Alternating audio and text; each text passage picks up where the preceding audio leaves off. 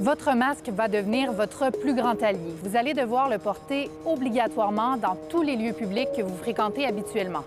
Dans les restaurants, les bars, les commerces de détail, mais aussi dans les transports en commun, au gymnase, dans les lieux de culte et dans toutes les aires communes, comme un ascenseur par exemple. Vous devrez même porter votre masque à l'auberge où vous irez passer vos vacances. Ça peut paraître simple, mais êtes-vous certain que vous portez bien votre masque? Je me lave toujours au moins les mains avant de le mettre, puis si je dois le toucher, je le touche au moins, essayer de...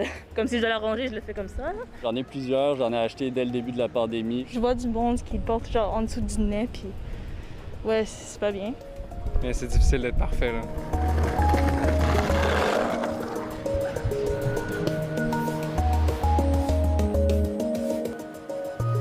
Pour vous éviter les erreurs les plus communes, on a décidé d'aller demander conseil à une infirmière en prévention des infections, Marie Simard. Bonjour. Bonjour. Merci d'avoir accepté de nous faire un cours 101 sur le port du masque. Première question, comment est-ce que je l'installe, mon masque? La première étape, c'est vraiment de faire un bon lavage de mains. On peut le faire avec une solution à base d'alcool ou un lavage des mains à l'eau et au savon, c'est suffisant. Puis pourquoi on fait le lavage des mains? C'est parce qu'on va venir porter nos mains à notre visage. Ensuite, on prend le masque et on installe les courroies derrière les oreilles. Ensuite, on vient étendre le masque pour qu'il couvre bien le nez et sous le menton. Dernière étape, on vient mouler au niveau du nez le masque pour qu'il épouse bien la forme du visage. Alors, le masque, une fois installé dans le visage, idéalement, on ne lui touche plus, on le laisse là. Tout à fait.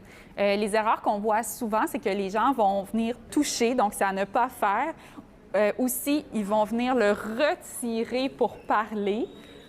Ou aussi, ce qui est à ne pas faire, c'est d'installer le masque en le portant sous le nez ou dans le cou. Si pendant la journée, pour une raison ou pour une autre, j'ai dû l'enlever, où est-ce que je le mets, mon masque? Dans un sac ou une enveloppe, surtout pas dans les poches ou dans la sacoche. Pour ma part, j'ai un masque réutilisable. Combien de fois est-ce que je peux le porter avant de devoir le laver et comment je le lave par la suite? Idéalement, une seule journée. Quand on revient à la maison, on le lave à l'eau chaude à la machine et ensuite, on le passe à la sécheuse. C'est pour ça que c'est bien d'en avoir 2-3 pour faire une rotation. De tout ce que vous nous avez dit, qu'est-ce qu'on doit retenir absolument à propos du port du masque? Il faut bien le manipuler en n'omettant pas de se laver les mains avant de le mettre et après. Et aussi que ça ne remplace pas la distance de 2 mètres qu'il faut respecter entre chaque personne. Je pense qu'ensemble, on peut faire la différence. Marie Simard, merci beaucoup pour ce cours 101. Merci. C'est une nouvelle réalité qui touche tous ceux qui sont âgés de plus de 12 ans. Et la santé publique l'admet, le port du masque, c'est un apprentissage pour plusieurs d'entre nous. Mais il faudra le faire. Les réfractaires s'exposent à des amendes qui peuvent aller jusqu'à 6 000 $.